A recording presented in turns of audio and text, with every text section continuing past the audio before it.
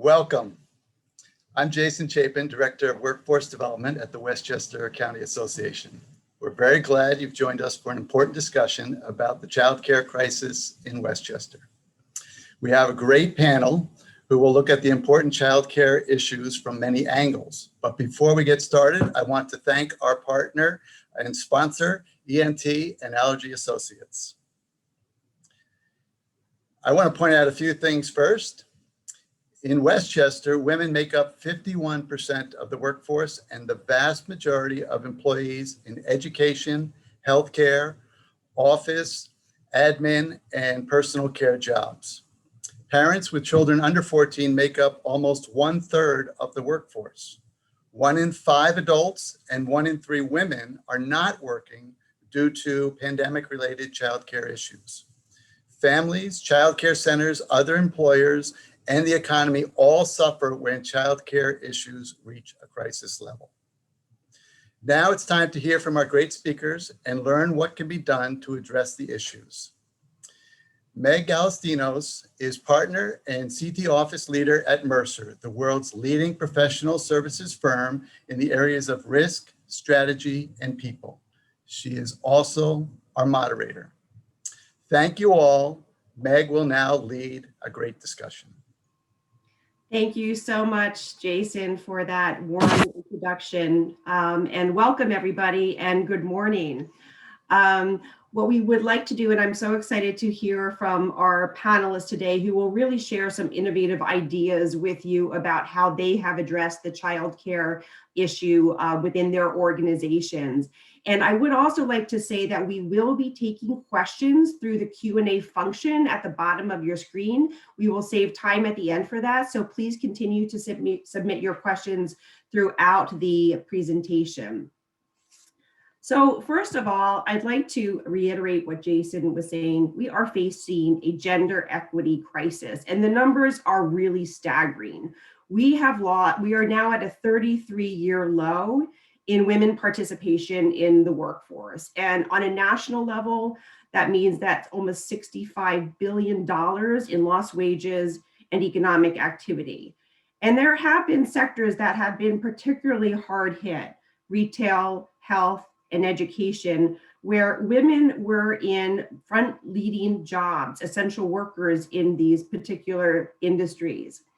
It was really at a point last year where we actually hit a high of women's participation in the workforce. Last January, women made up a greater percentage of participation in the workforce as the government data showed. But what these numbers kind of mask are what were the jobs that those women were in, how much they paid, how much flexibility they had. And those are really the keys to keeping women in the workforce. So what I would like to do in the next couple of minutes is really frame the job loss for women in a little bit of a broader context. The reality is that digitization and automation were disrupting female-dominated industries pre-COVID. And what COVID has really done is accelerate these job losses for women, because women tended to be in a lot of these service industries. And in many of these jobs were ripe for disruption before COVID actually happened. And these jobs also tended to be at lower levels and low paying jobs, which really compromised women's ability to afford high quality childcare. So the reality is, the question is, not really where the jobs went, where did the jobs go? It's where are the jobs going? And I'd like to really kind of get focus on, how do we really elevate women's role in the organization? And this is just a very simple example. On your left here, you see a Nellie. She is a telephone switch operator. And in the 1920s, all of the value within the phone company, because there was only one phone company, she created, because without her plugging the cable into the switch, there were no phone calls. And so she created all the value. And the phone company hired a very specific profile for this job. It was women aged 17 to 24 because they were unmarried and didn't have children to take care of. They also were required to be tall to be able to fit the highest switch into the panel. And they were also female because they had nicer voices and were deemed to be more courteous. Well, fast forward 100 years, that's not where the value is created anymore for phone companies. It's within speed and reliability and cost of the networks that they're providing. And so those jobs need to work very much in sync with the technology and the automation, and are required to upskill and continue to grow that workforce. And so it's very important for organizations to really look forward to see where are the jobs going and how can we upskill and reskill women in the workforce to keep pace with the changes of the digitization and automation that we're seeing. So what can employers do? Upskilling and reskilling for value. Understand better the talent flows within your organization, which we'll go through in a minute. Flex for the future. Flex is here to stay, and we're going to go through some of the pros and cons of that. And then continue to sense your workforce and what they care about and what's important to them, especially during these trying times. A lot of the work that we do at Mercer is evidence-based analysis to really understand some of the drivers of the talent flows within your organization.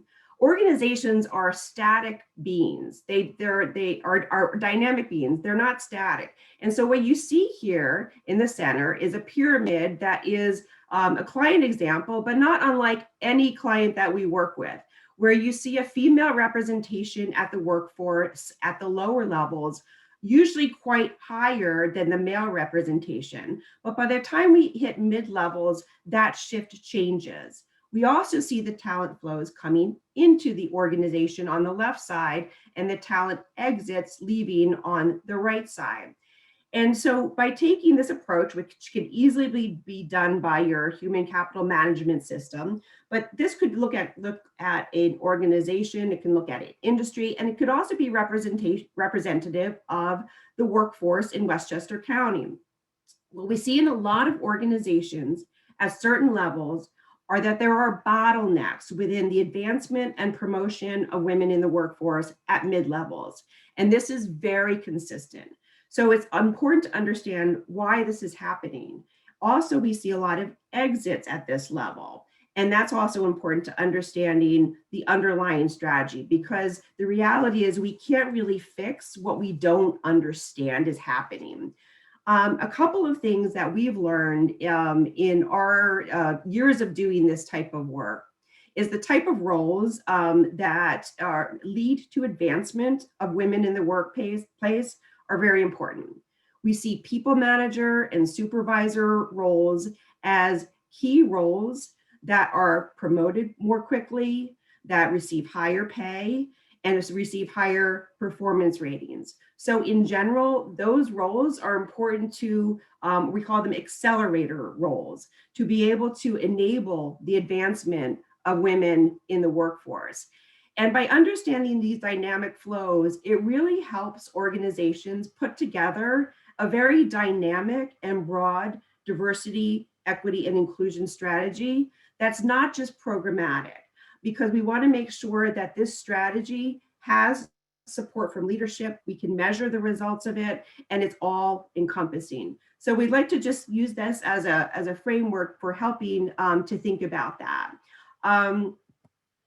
The other issue that we wanted to talk about is flexibility in the workplace.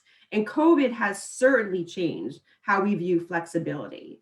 We are now experiencing flexibility from work, the need for employees to take time off, sick time, emergency time, and a lot of organizations are getting more prescriptive around parental leave and codifying those leaves, which probably were not really very specific before COVID happened. So we're seeing a very renewed importance to try to really make sure that those leave policies are nailed down.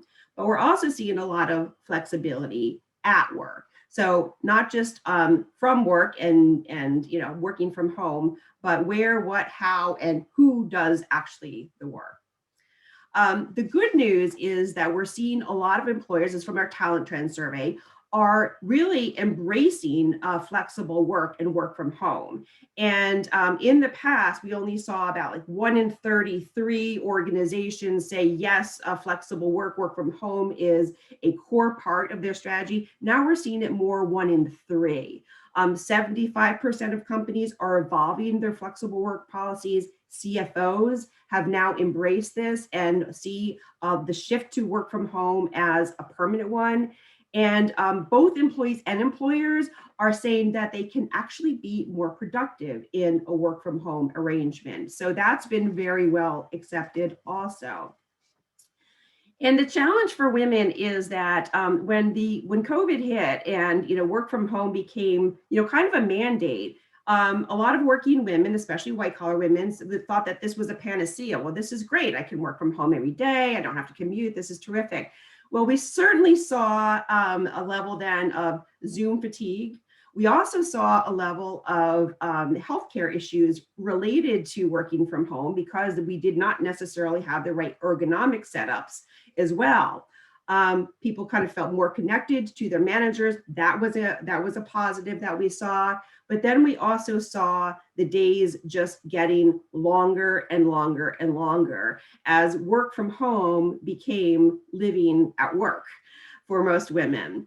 And also the mental health and stress issues have been escalated. And this is an issue that we're seeing a lot of employers really try to address throughout this pandemic. That has absolutely been a factor in women in their role as caregivers. So I'd like to maybe bring up a poll right now and get your thoughts on working from home. So have you, here's the question, have you adopted flexible work arrangements for parents, caregivers struggling with childcare issues, flexible PTO?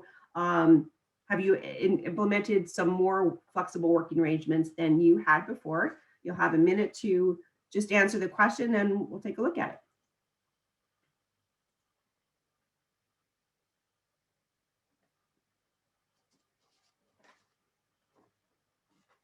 Okay, why don't we pull up the polling results?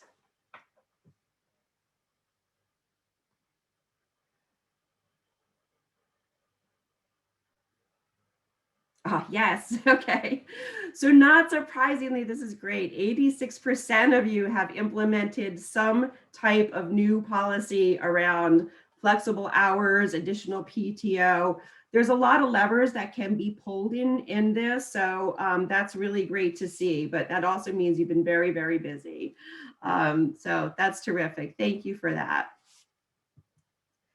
And then lastly, let's see, let me go back to my screen.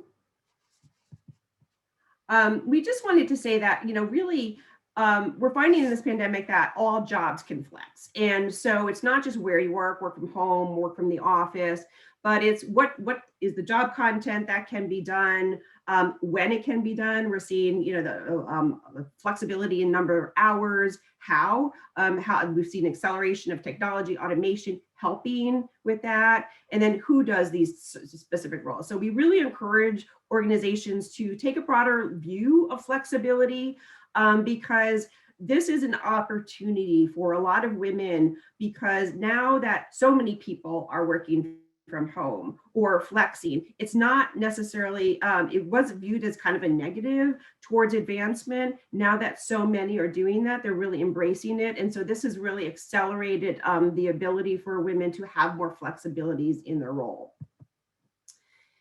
And I also want to mention employee, like the measurement issue. It's so important, and we've seen at Mercer a renewed interest in sensing employees' sentiments on how they're feeling about throughout this crisis. And it's definitely a key point in understanding the drivers. And I will say this, is that not all responses are created equal. We see generational differences between what employees value. And it's really important for, especially the HR organization, to just have that pulse on what employees are thinking, because the last thing you want to do is, really not be aware of some of these really pervasive issues that are going on within your organization. So honestly, the business drivers are clear. Engagement, performance, having a D&I strategy, these are all critical to your businesses and are worth solving. We also see flexibility as expanding the talent pool, reducing real estate, labor costs. And there's a great sustainability movement going on too, with more flexible working from home that are important to our community that we live in as well, in terms of the reduction of traffic, greenhouse gases, and impact on the environment. So we definitely see a really strong business case for helping to solve this issue in creating more opportunities for women. So with that, I'm very excited to hear from our next panelist, which is Kara Matz. Kara is the Senior Manager of Total Rewards at Pepsico, and she's going to be sharing with us some innovative things that Pepsico has done within their organization. Kara? Hi, thanks so much, Meg. So I'm thrilled today to be here to talk about PepsiCo's journey with on-site childcare. I think I've had the pleasure of being able to work on opening the center, but also I've gotten to experience it as a parent myself. I've had both of my children in the center until we closed back in March. So really how we got started here, this really came out of a request from our former CEO, Indra Nui. She felt that this was critical to really help show support for our working families in the Westchester campuses. She was a working mother herself, and I think has spoken, both internally, externally about so many of the challenges that she experienced herself in that area. So really wanted to kind of bring it back to our employees and see what we could do to assist them. So once, that directive came down, we really, moved quickly. And I think the first thing we really did was just kind of assess the landscape, assess the interest from our Westchester employees. And we, did it the old fashioned way with a survey. And we were so pleasantly surprised, I think, by the results. I mean, we knew that there was a need, obviously, but I think what we found, two things from the survey that we initiated. One, we would have no trouble filling the center.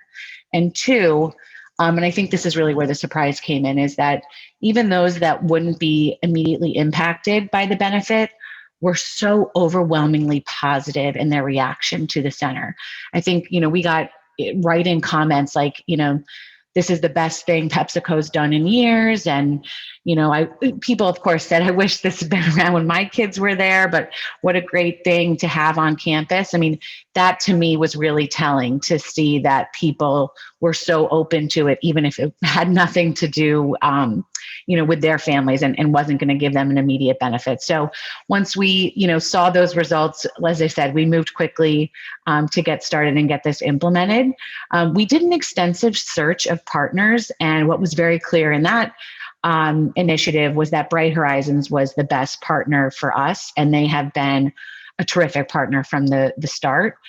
We've been able to really rely on them and lead with their brand, their policies.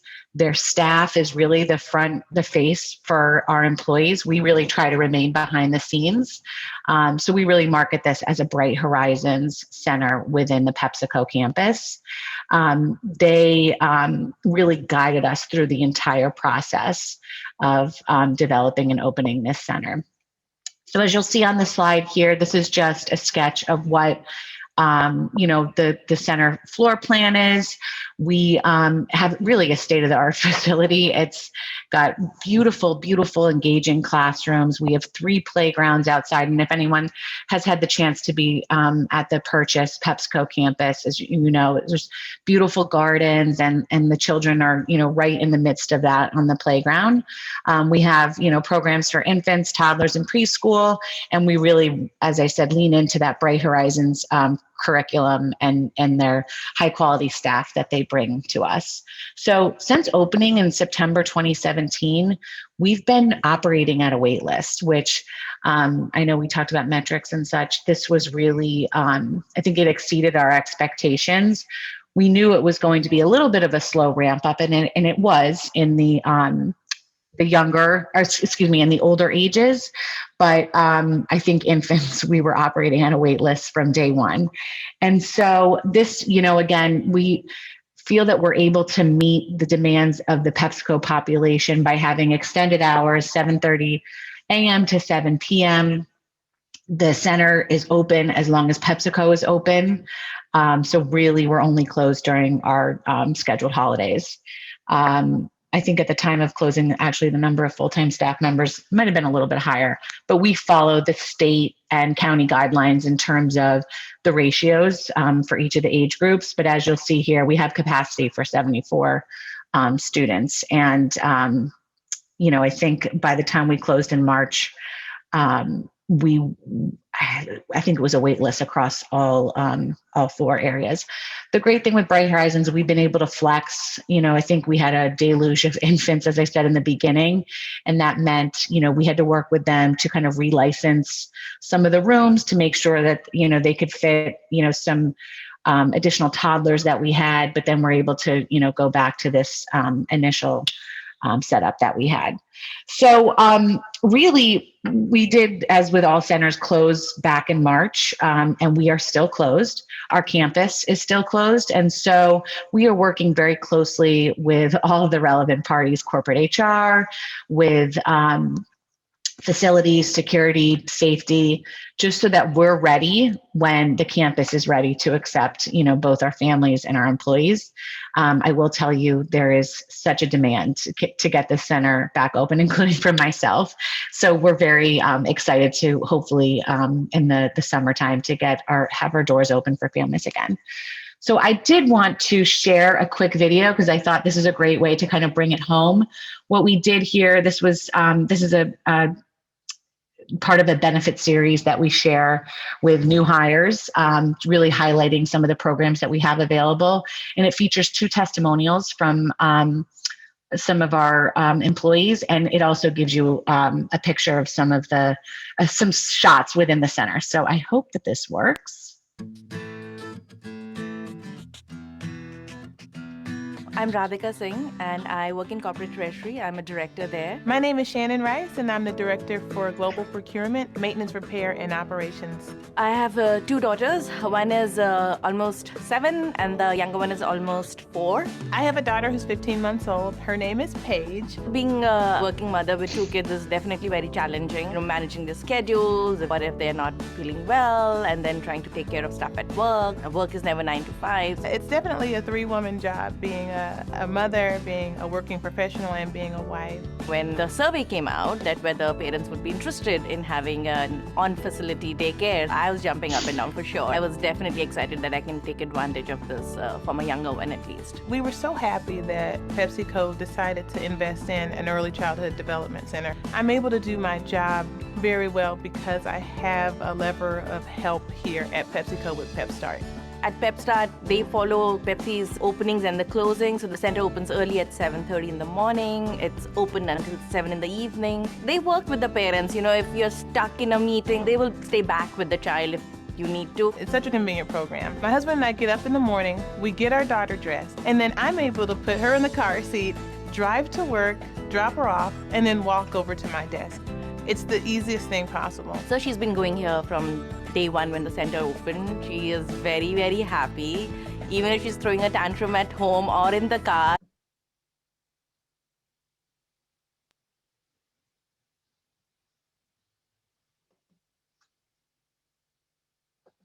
By the time I drop her off, she's beaming like a sunflower. I have no issues, there's no concern. She's in great hands. Oh, she loves coming here. Every single morning when she walks through the door now, her arms are outstretched for her teacher. She's saying, give me a hug, and she's looking for her friends in the room. Everybody's really friendly, and that's what the kids at that age need. They just need somebody to hold them, hug them, kiss them. And I think the center really believes in that. Every single day, Paige is either painting or drawing, or she's doing some type of a physical activity.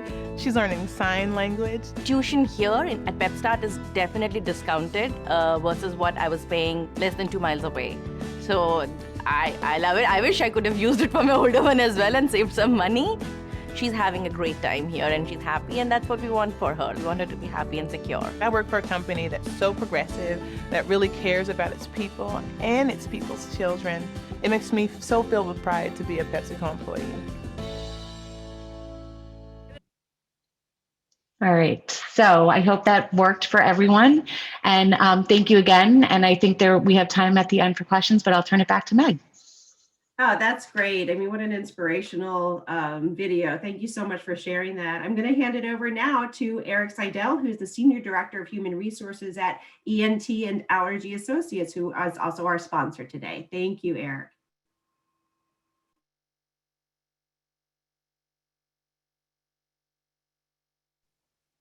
Sorry, thanks, Meg. Always have trouble with that mute button. Good morning, everybody. It's a pleasure to be here and to be part of this important discussion.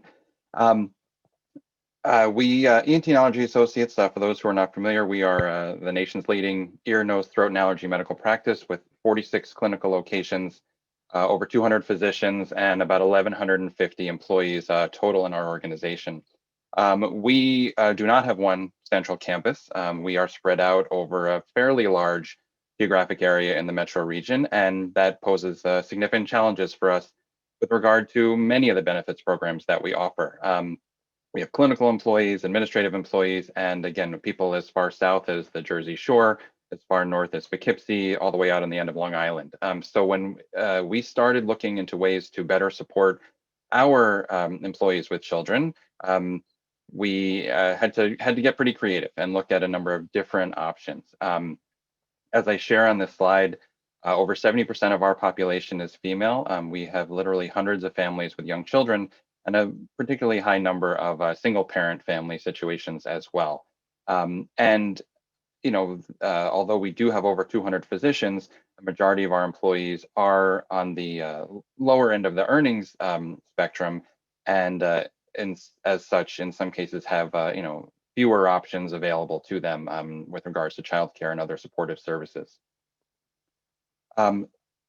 There's not a lot available. We'll talk about this a little bit later, but families in our country, certainly as compared with others, are very often on their own when it comes to taking care of their children, relying on, you know, resources in the community, family members in some cases.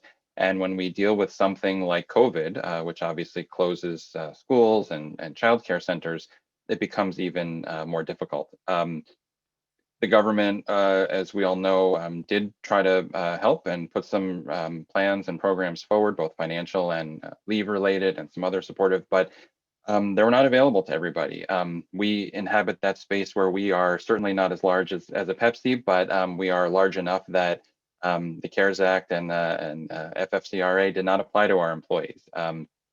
Similarly, some of our employees in New Jersey did not have the same COVID leave options available to them that our employees in New York did. So we had to manage a lot of different challenges for a lot of different parts of our organization. We did see certainly employees who needed to make changes to the hours that they could work, in some cases the locations where they could work because of childcare issues, either because their children were at home with them now, or because you know, whatever childcare providers or arrangements they had were no longer available to them. And again, as I mentioned, sort of one central on-site facility or other kind of one-size-fits-all option was simply not feasible for us as an organization. We really needed to find something else that would offer something of value to anyone within our organization, regardless of their role, regardless of their situation, and regardless of their location. We do have an employee assistance program that provides some initial basic services to all of our employees, but it's not localized, and that was proving to be a challenge as well. So what we really needed was a local, a supportive service, local partner to help us with this. And we found that in the Child Care Council of Westchester. I actually met Kathy Halas from the Child Care Council of Westchester at a WCA meeting well over a year ago. And when I heard what her organization does, I immediately asked her to set up a time for a discussion. And we started talking about how we could work together to bring her organization's services to all of our employees. And of course, the biggest challenge was, while we have a corporate office in Westchester and some clinical offices in Westchester, the majority of our individuals are outside of Westchester. So how would we accomplish that? How could we connect all of our employees with the Child Care Council of Westchester or its sister organizations across our region?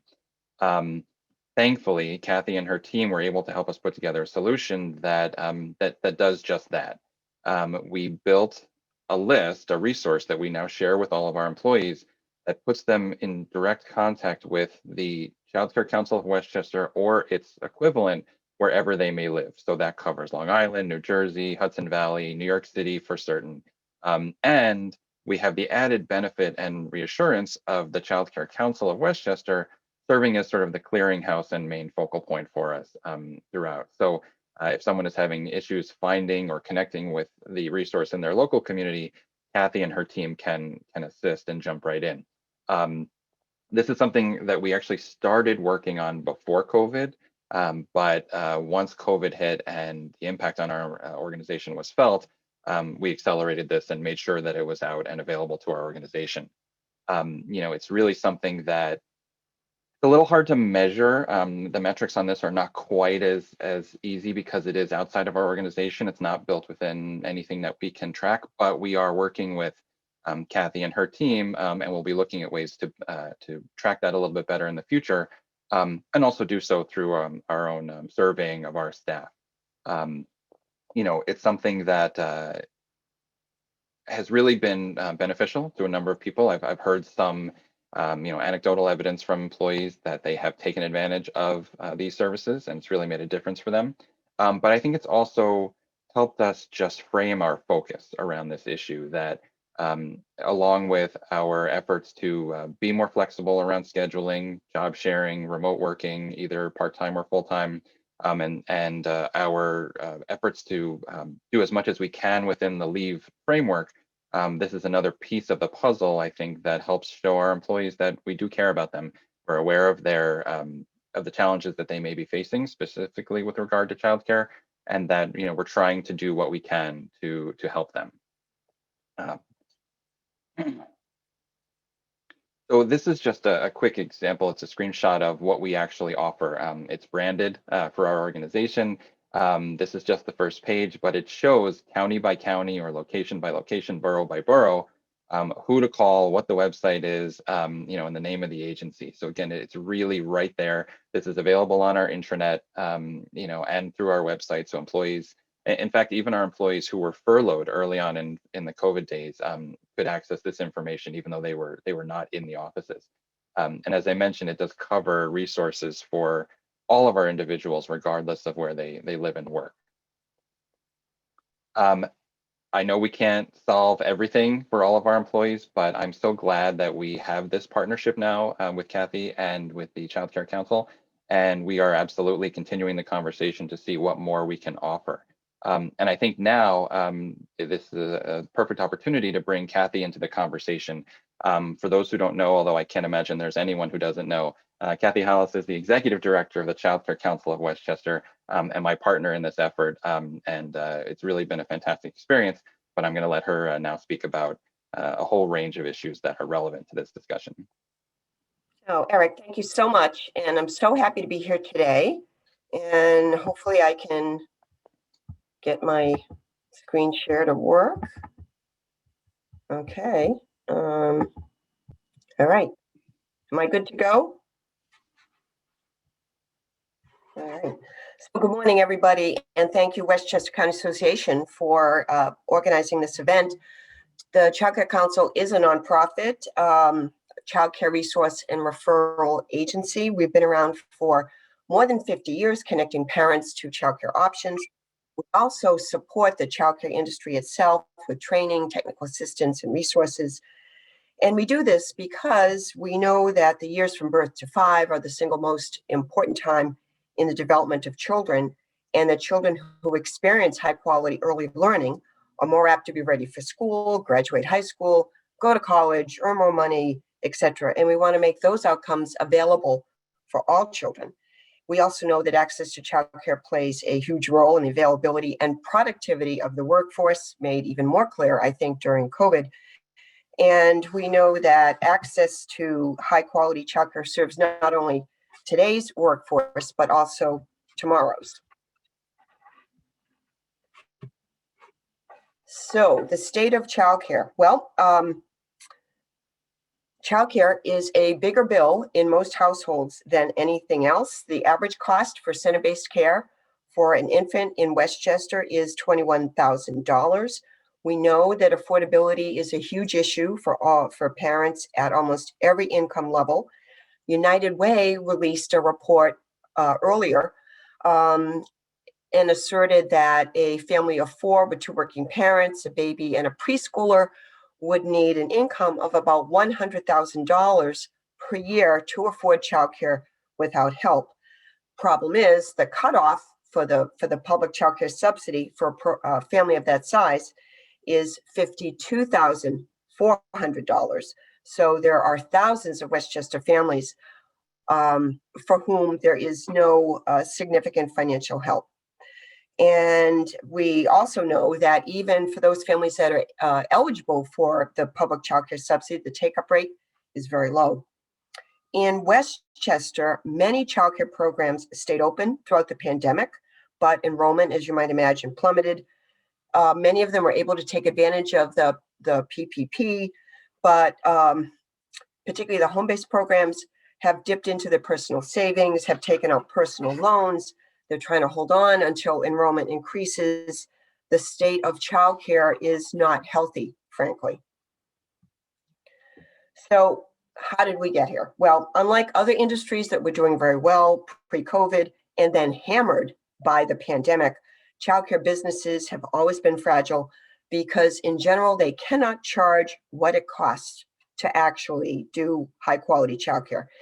It only exists because there are women in the workforce and a majority women of color who are so interested in working with children and are paid at minimum wage or only a little bit more.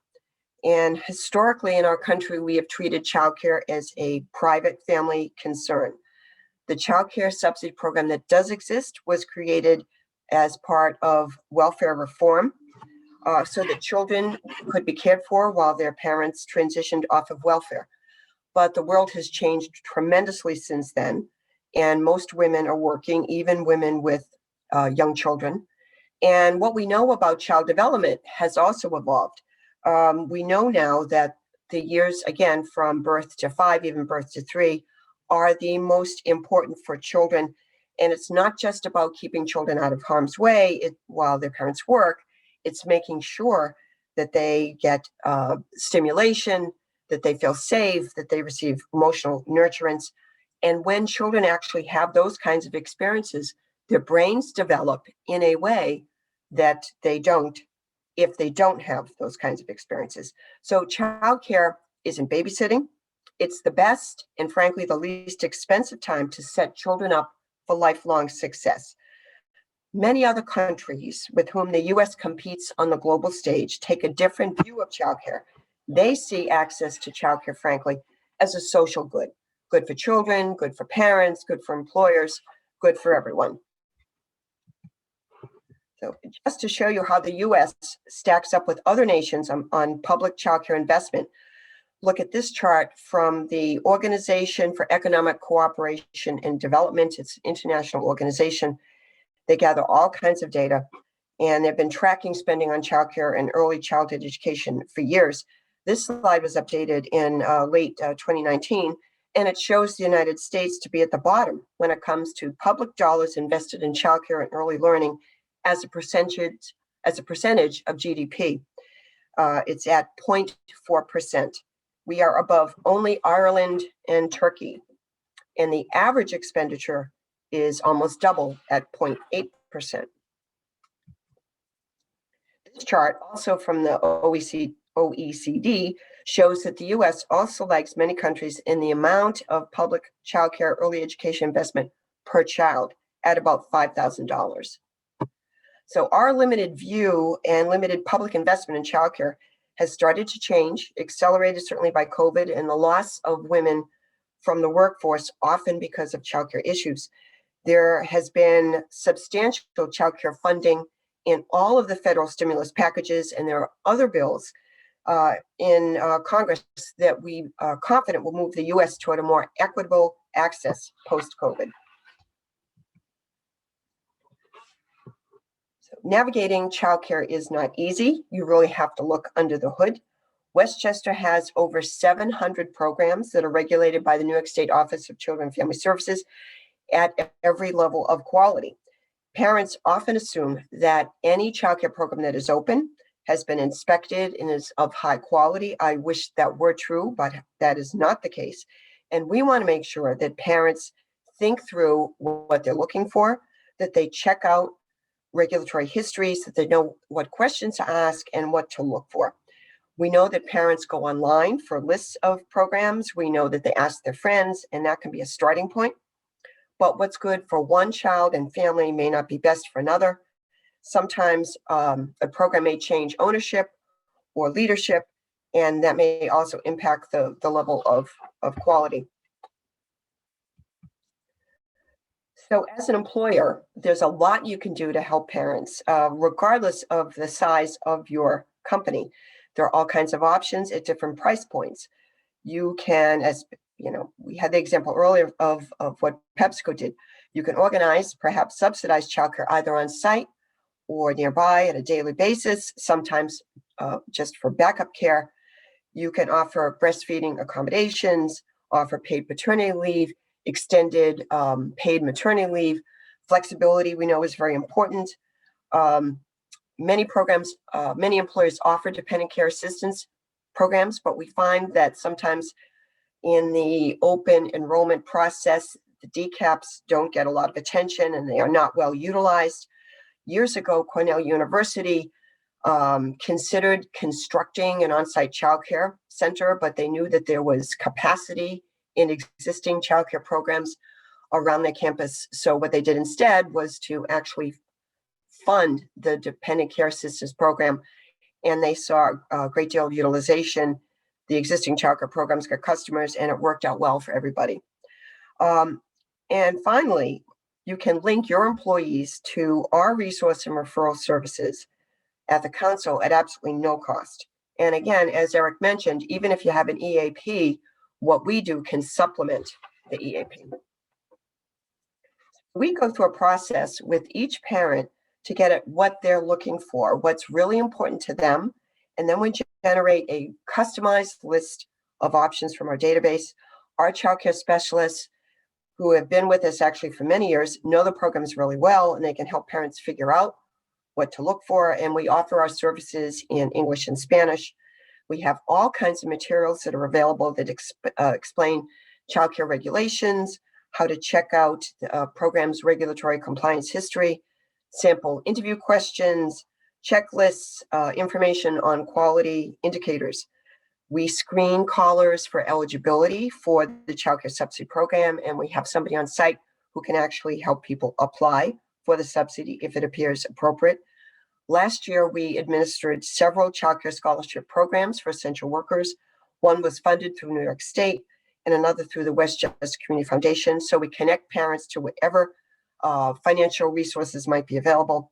And we know that there are some childcare programs that also offer scholarships and sometimes flexible schedules to lower parents' costs.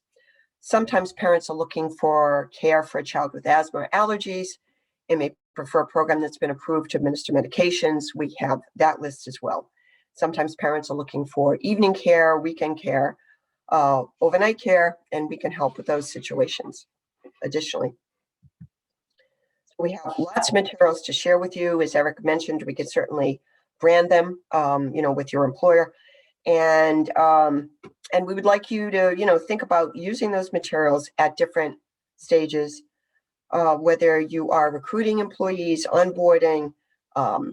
Usually the run up to the summer, people are anxious about summer camp. That's often a good time for people to work with us during your benefit open enrollment periods. And we find that parents often wait too long to search for care, sometimes not until they are faced with a return from maternity leave. Ideally, it's best for them to begin that search before they go out on leave. You may have parents that have existing childcare arrangements, which maybe don't work as well for them anymore. We can help them with that as well. And again, as Eric mentioned, although we serve Westchester, we are connected with statewide, actually a national network, and we are able to put you in touch with those sister organizations as well. Sometimes parents want care near where they live. Sometimes they want it near where they work. But whatever your situation, regardless of your size or where you're located, we're delighted to work out some arrangement with you. And in addition to the materials that we make available, pre-COVID, we used to go on site to participate in benefit fairs and wellness events. And when those resume, we're happy to do that. But we can also be a presence virtually. And we're eager to work with you. And I hope to hear from you. And now back to Meg. Thank you, Kathy. And what a wealth of information that's been. And so I think that's such a terrific thing to know that your organization is there to help employers of any size. So thank you. That was very informative. We'd like to open it up to Q&A right now. And so we will be taking questions through the Q&A function as they're coming in. And maybe, let's see, let's start with Kara. So Kara, you had mentioned that Indra Nori was the executive sponsor of the Child Care Center OnSite. Can you talk a little bit about the executive sponsorship that you have of this center? Because I would imagine that is critical to sustaining the investment that Pepsico is providing in this center. And can you also just comment, is the center subsidized by Pepsico? Yeah, so I'll address that first. We don't like to use the word subsidy, but because it is housed on our grounds and in our building, it is lower cost than I think comparable centers in the area. So as far as our executive sponsorship, as I mentioned, this was definitely a passion project of our former CEO. And I would say that it extended beyond just the Westchester campuses, which I think has really ensured that this is a sustainable initiative. And what I mean by that is PepsiCo has these long established, they used to be called our performance with purpose goals, and they're now our winning with purpose goals. But very early on, it was established that there were very clear goals that PepsiCo was taking on in order to help advance working women and to help support caregivers. And so this on-site child care center actually was part of a global mandate where any location that had 1,000 or more employees was required to have an on-site or near-site child care center. So I think having that as one of our long-term sustainability goals, I think has really helped to ensure that this is not just like a flash in the pan. This is something that we're going to continue to invest in. That's terrific. And Eric, same question. How does your child care benefits, how does that fit into the overall DE&I strategy for ENT Allergy Associates? Yeah, that's a great question. We've made some great strides this year in particular with regard to DEI, both looking at the workplace environment, but also particularly advancement opportunities for women within the organization, as well as individuals of color, and looking at the barriers that have sometimes made it more difficult for people to advance within the organization. This is one of the ways, by allowing people the flexibility and the comfort, peace of mind to be able to focus on their jobs and to apply for positions that might require a change in hours or schedule or greater demands.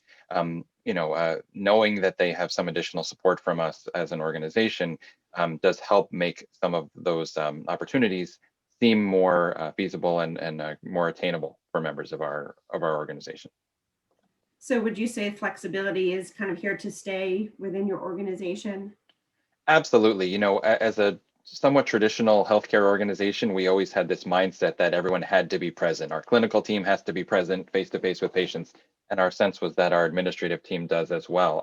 We've certainly seen that not only can we survive, but we can thrive with flexibility in the workplace as far as remote some or all of the time. And we've actually been able to hire people for our call center who work in other time zones, completely remotely.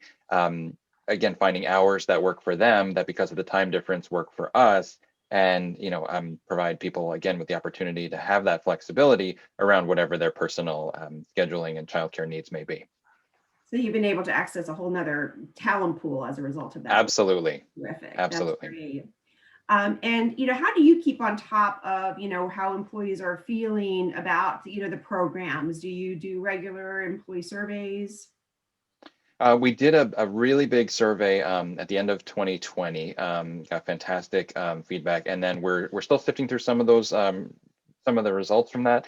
But we really encourage our managers, especially in the clinical locations, because each one is its own sort of standalone community location, to have those check-ins with their employees and to know the challenges that they're facing. Certainly, if it impacts scheduling for coverage purposes, we need to know. But we try to have that on-site manager, or in some cases the regional manager, be checking in with employees really on a regular basis, not just about their productivity, but generally speaking, how they're doing, what challenges they're facing.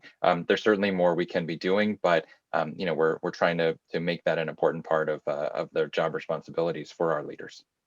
No, that's a really good point, because this is a whole new area for managers to navigate, for sure. So Carrie, the same question. We know that Pepsico does a robust employee sensing. How are you kind of using that to really help to navigate directionally the feedback on the program and other things that Pepsico might be doing? Yeah, so as far as the on-site center, we have done periodic surveys. We have not done one, obviously, with the center being closed. So I would say that our feedback, since closing has been a little bit more informal and has actually come through Bright Horizons, I think, by parent request and interest. There is a group of very interested parents in getting the center reopened that actually kind of, form their own petition to get things moving again. So I would say it's a little bit more informal after the fact. I mean, we have a wide range of childcare support initiatives that impact the broader population across the U.S. And we have also done, I think, some broad surveys in that regards. And we've been able to flex. I think what we heard mid-pandemic around the summertime, I think, or when summer was wrapping up, is that people, for example, were looking for more support in the virtual schooling area. So we were, again, able to work with our partner Bright Horizons to help really focus in on that tutoring and that support for people that were in virtual school. So again, that's just a quick way that we were able to get a pulse on our employees and ways that we were able to flex to support. Terrific. Kathy, I think the example that you and Eric shared about the partnership that you forged was, just really powerful. And so, what advice would you give to organizations about what those keys to success are in order to make those partnerships really work and stick to meet the needs of organizations that are all different sizes within the county? Well, what would I say about that? I would say that it helps, for starters, to have somebody who is truly interested in delivering some benefit to the workforce, as Eric was. And Eric also was very clear about what their needs were, and very clear, I think, about what he expected, from us. And frankly, we have a gal in charge of the referral department, Nicole Masucci, who knows his business very well and has connections with organizations like ours all over the place, and is highly respected. And she was able to, put a package, together for Eric and ENT that made sense. And so now that we know that we can do that, and we can do it, reasonably easily, we're eager to do it for other employers. Yeah. Eric, would you want to comment? Yeah, I think that was really that communication up front was the key. Kathy came to, in pre-COVID days. She came to my office. We sat down. We met. And, she listened, just as I imagined she would listen to a parent, who was coming to talk about an individual child. And, I felt that they truly wanted to partner with us, that they certainly understood the value of doing so. And we really hit it off from the start. Yeah, like I said, we were very clear about what we needed, and they were very clear about what they could do and how we could make that work. And then COVID came and really, helped us put our foot on the gas even further to make this available in a way that really made sense. And as I mentioned earlier, I'm happy. I'm looking forward to the opportunity to continue the conversation and see what more we can do.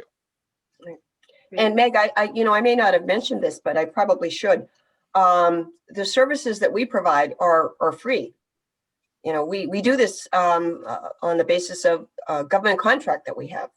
So yeah, and again, what we've been able to create with Eric, I think, works well. It may continue to evolve, but we're open to any kind of idea that an employer might have. So Kathy, actually, we have a question that is from an employer that is interested in establishing a high quality childcare provider nearby and perhaps subsidizing their care. Sure. What's a good place to start? Should they contact your organization to help vet it? Oh, yes. Like today, that would be great.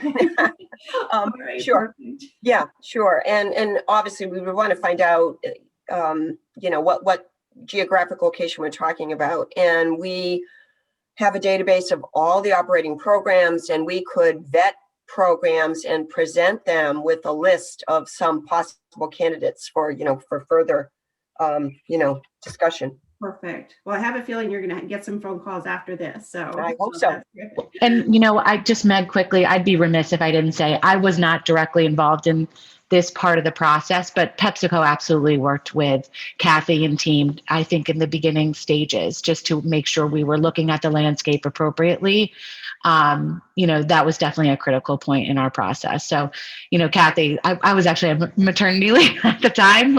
So that was not part of my my work, but I know that, that was definitely an initial step. And to the point of the question, I think that's definitely, the critical first step.